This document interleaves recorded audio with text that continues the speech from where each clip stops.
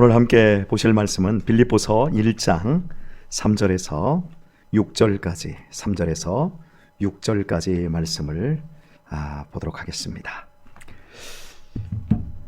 내가 너희를 생각할 때마다 나의 하나님께 감사하며 간구할 때마다 너희의 무리를 위하여 기쁨으로 항상 간구함은 첫날부터 이제까지 복음에서 너희가 교제함을 인함이라.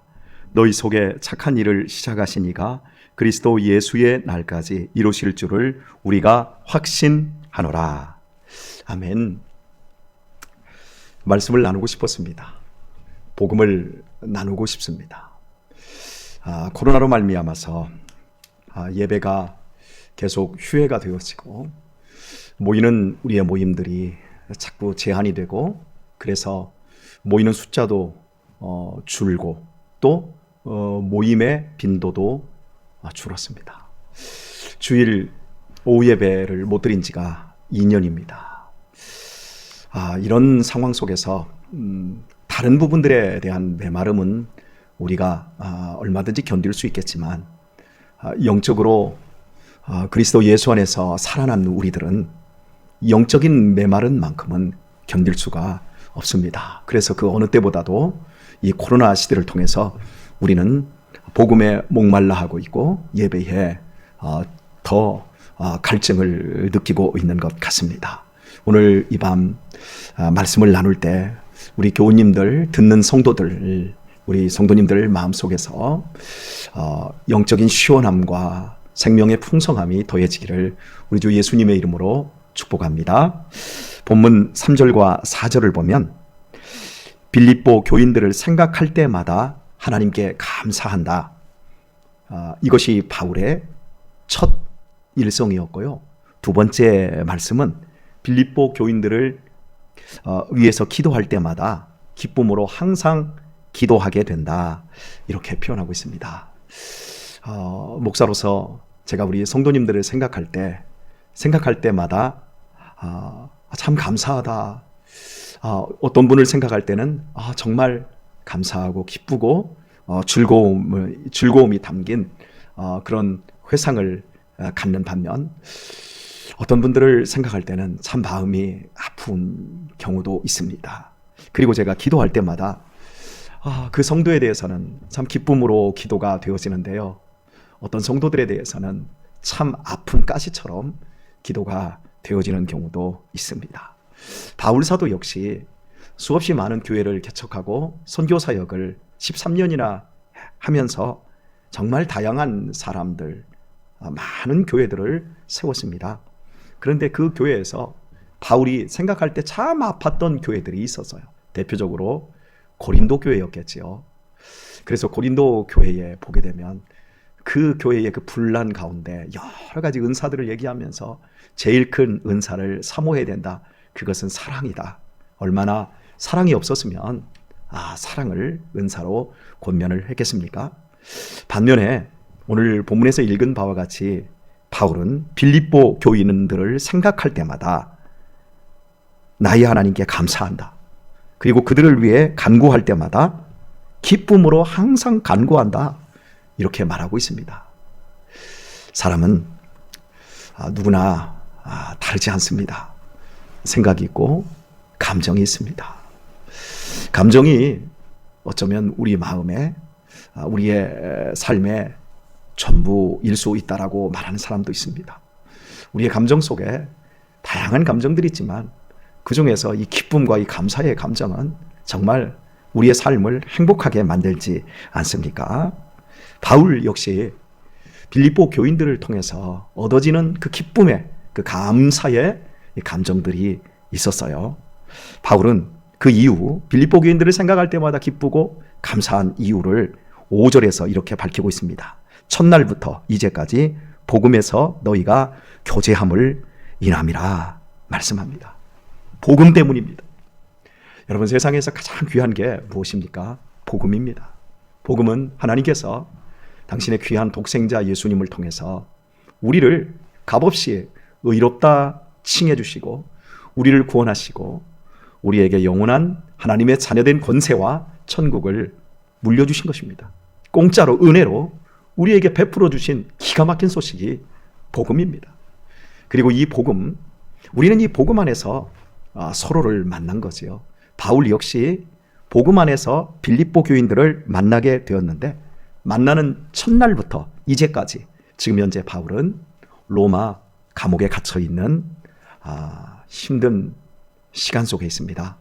바로 13년 전에 복음 사역을 시작할 그 첫 시점에서 빌립보 교인들을 2차 전도 여행 때 만나게 되어집니다.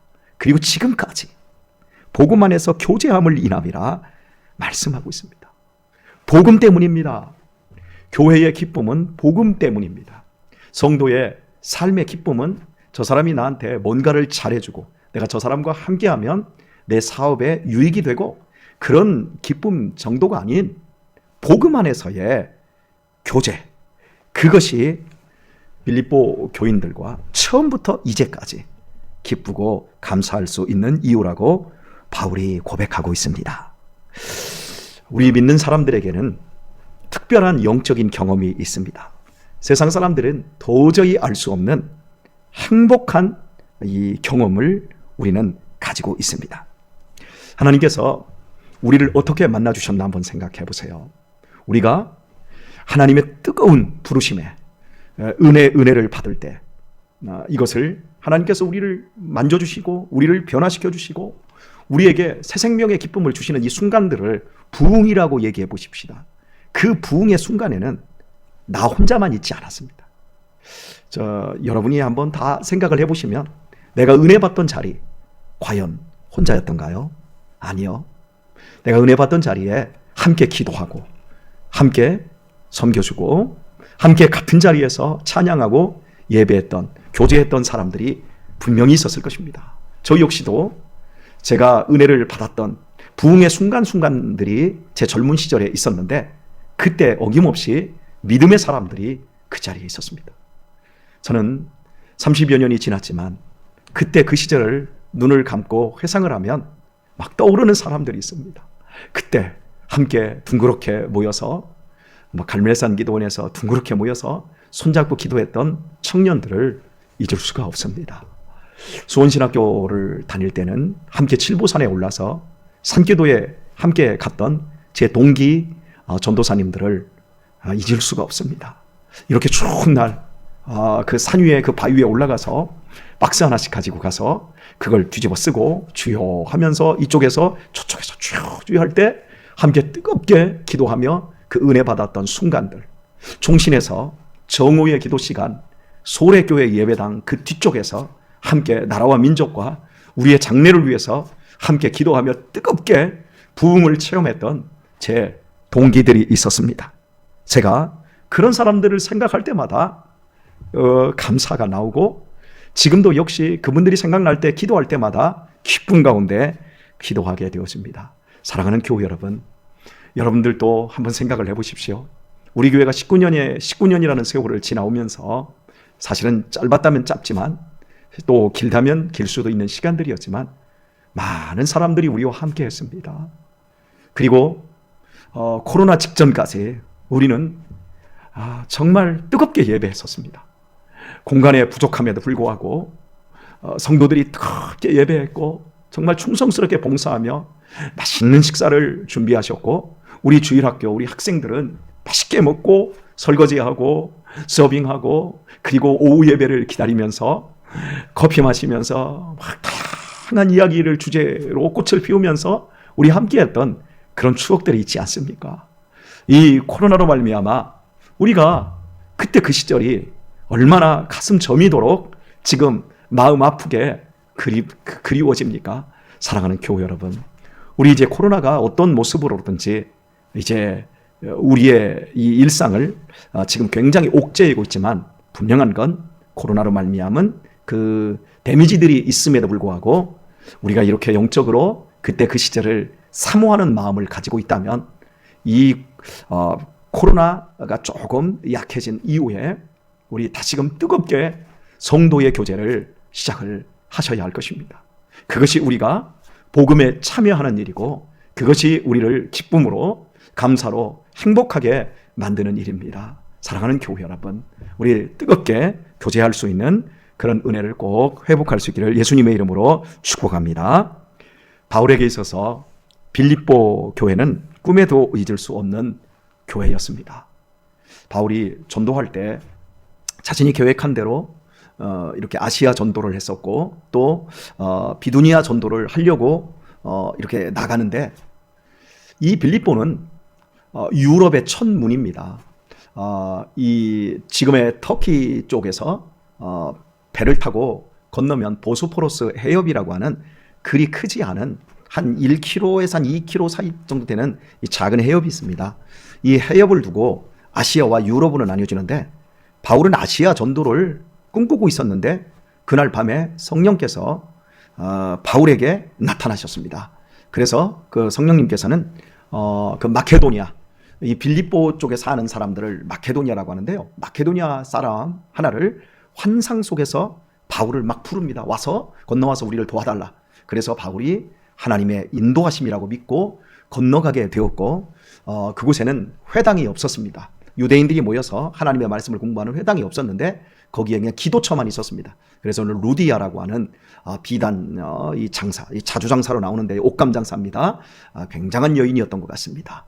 이 여인의 도움으로 이제 함께 그 기도처를 만들게 되어지고, 또 그곳에서 복음을 전하고, 그 다음 날 나가서 귀신 들린 여종 하나를 고쳐주고, 또 함께 교회로 합류하게 되어지고, 그리고 이제 결정적으로 그 여종의 귀신 들린 걸 고쳐준 그 사건으로 인해 고발을 당하게 되고, 그날 감옥에 갇히게 됩니다. 거의 죽을 만큼 매를 맞은 상태에서 한밤중에 빌립보 지하 감옥에 갇혀 있을 때 바울과 실라가 함께 그 밤에 잠에서 이 고통에 이 고통스러운 이 매맞은 이 아픔을 가지고도 그날 밤에 기도하며 찬송할 때 옥터가 움직이며 지진이 일어나서 옥문이 다 열려집니다.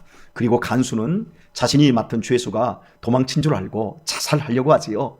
그때 바울이 소리질러 자살을 막게 되어지고, 그 간수가 바울에게 내가 어떻게 해야 구원을 받겠습니까? 라고 말하자 그 유명한 말씀, 주 예수를 믿으라, 그리하면 너와 네 집이 구원을 얻으리라. 그래서 이 간수가 예수님을 믿게 되어지고, 이 사람이 또 빌립보 교회에 합류하게 되어지지요.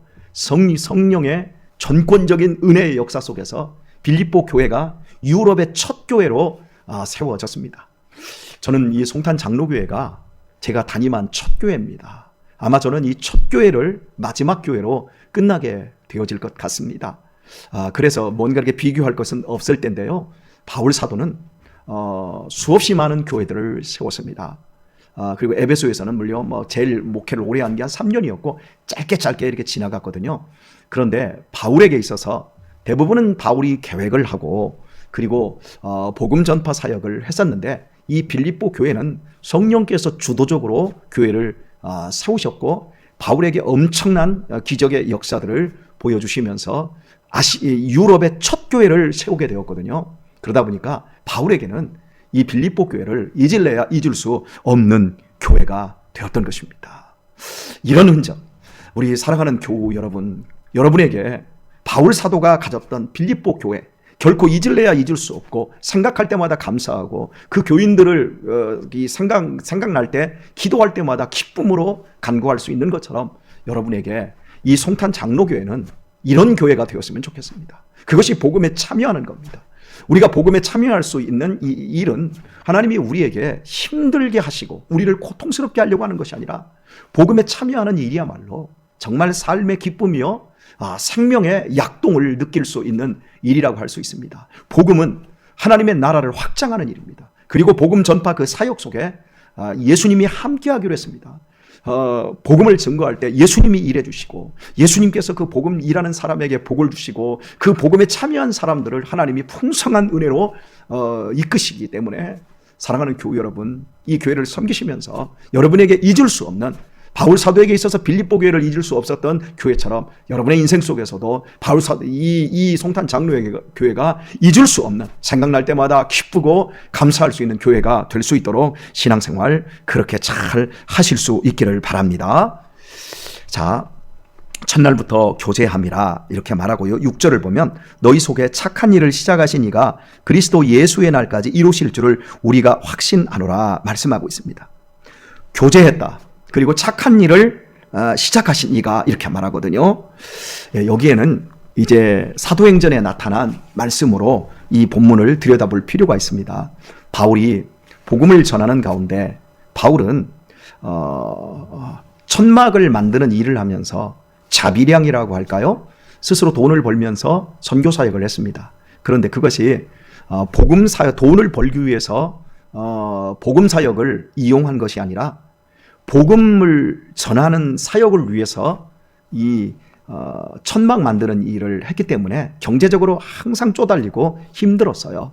그때 이 빌립보 교회가 헌금을 걷어서, 이 빌립보 교회도 부유한 교회는 아닌데요, 헌금을 걷어서 바울 사도에게 에라스도 디도 편에 2번이나 헌금을 보내주는 거예요.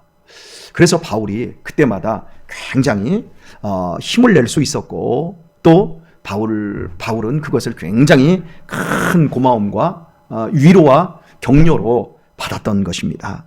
사랑하는 교회 여러분, 우리가 인생을 살아가면서 혼자라고 느낄 때가 있지 않습니까? 그때가 언제입니까?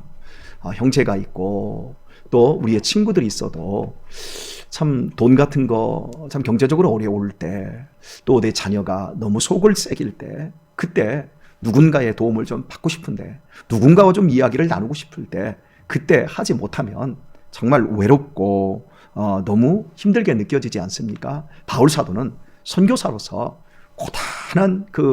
고단하고 외로운 삶을 살 수밖에 없었어요. 그런데 그때마다 이 빌립보 교회를 통해서 자꾸 위로와 격려를 받는 거예요. 그것이 구체적으로 빌립보 교인들과 첫날부터 이제까지 이루어지고 있는 복음 안에서의 교제였던 겁니다. 바울은 그것을 착한 일이다 라고 말하고 있습니다. 사랑하는 교회 여러분, 교제에는 돈이 필요합니다. 우리가 선교사님들을 도울 때는 돈이 필요합니다. 그래서 그들에게 외로움과 고독 속에서 그들을 도울 수 있어야 힘이 되어지고 그들에게 위로와 격려를 자꾸 주어야 합니다. 그것이 구체적인 교제이고 착한 일이고, 이것이 이제 그 참 속된 표현으로 복 받는 일이다라고 할 수 있습니다. 분명히 그것이 복이 되는 일인 것이 분명합니다. 세상에 기쁜 일은 이렇게 많이 있는 것 같아도 실제로 이 삶을 살아보면 기쁜 일 같지만 그 기쁜 일 뒤에 또 다른 슬픔들이 기다리고 있습니다. 그래서 기쁜 일은 별로 없고 우리를 슬프게 하고 힘들게 하는 일들은 셀 수 없이 많습니다. 먹고 살기가 녹록지 않습니다. 직장을 다니는 이제 사람들끼리도 서로 위로가 돼야 되는데 언제나 피곤하게 만들고, 조금 직장 상사로 굉장히 스트레스를 받고, 또 부하 직원에게서도 굉장히 어려움을 겪는 이런 그 직장인들이 참 많지 않습니까?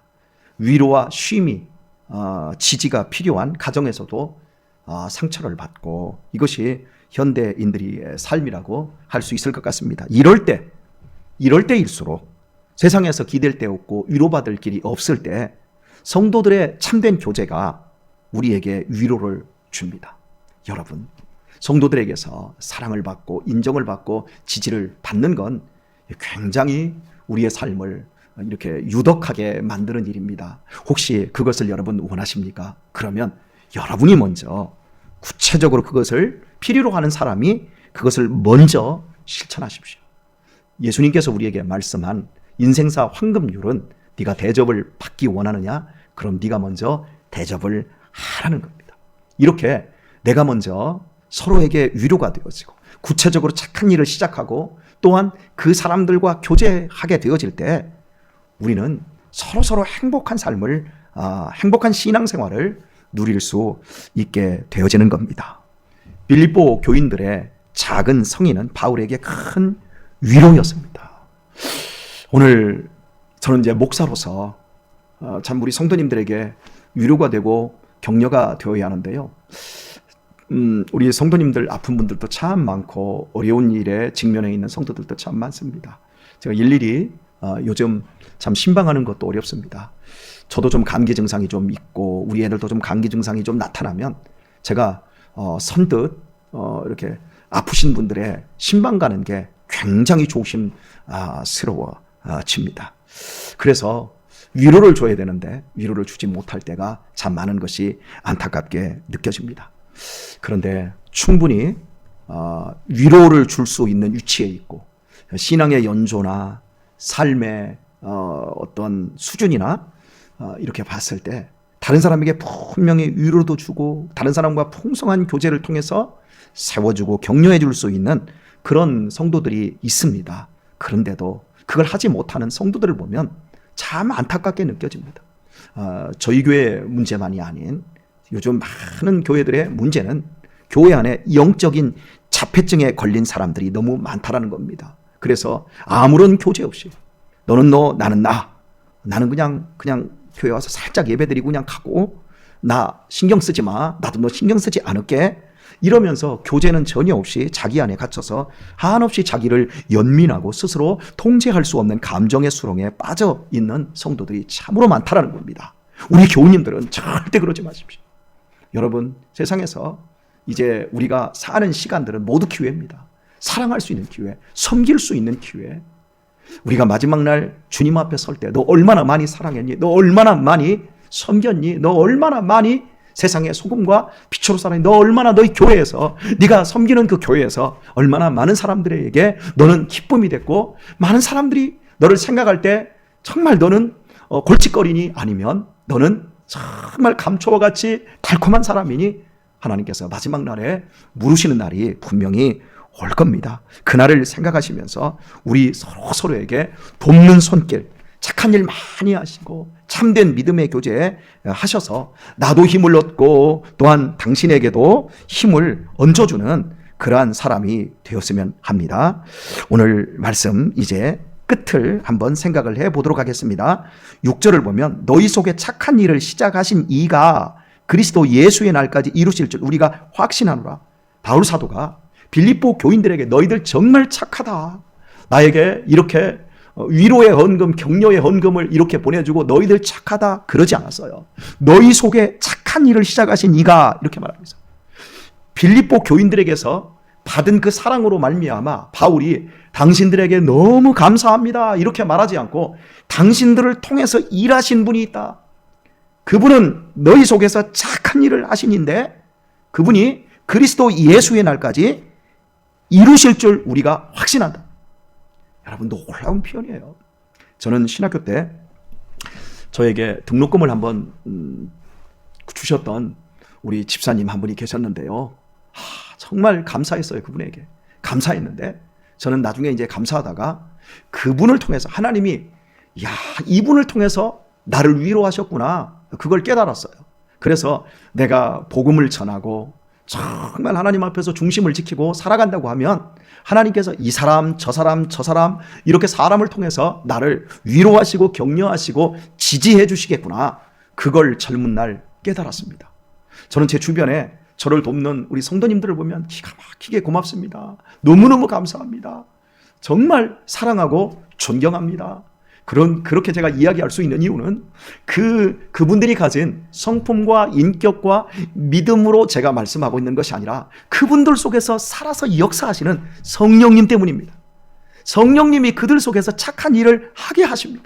성령님께서 그들에게 위로와 격려하는 일을 하게 하십니다. 저는 그것을 봅니다. 그리고 주님이 이 땅에 다시 재림하셔서 당신의 복음을 완성하시는 그 날까지 성령님께서 그분들 속에서 또 다른 그분들을 만들어내셔서 복음의 이 역사를 저를 통해서 또한 제 뒤에 오는 후임자들을 통해서도 계속해서 이 복된 일들을 이루어 가실 것을 제가 보고 있습니다. 그래서 저는 감격하고 있습니다. 오늘의 말씀을 맺겠습니다. 사랑하는 교회 여러분, 우리는 작은 섬김과 나눔을 통해 하나님의 도우심이라는 큰 광맥을 발견할 수 있는 사람들입니다. 사랑하는 교우님들 속에 성령님께서 착한 일을 시작하게 하셨습니다. 그 일에 제한을 두지 마십시오. 그 일에 거침없이 뛰어드십시오. 그래서 풍성한 믿음의 교제를 이루시고요. 그리고 여러분들의 착한 일들, 성령님께서 하시는 그 착한 일들을 통해서 여러분들 더욱더 착해지시고 아름다워지시고 풍성해지셔서 인생의 많은 날들이 지난 후에 가만히 뒤를 돌아볼 때 생각하는 것들마다 감사하고 기뻐서 기도할 수 있는, 찬양할 수 있는 그런 믿음의 삶을 아름답고 고귀하게 살아내실 수 있기를 우리 주 예수님의 이름으로 축복합니다.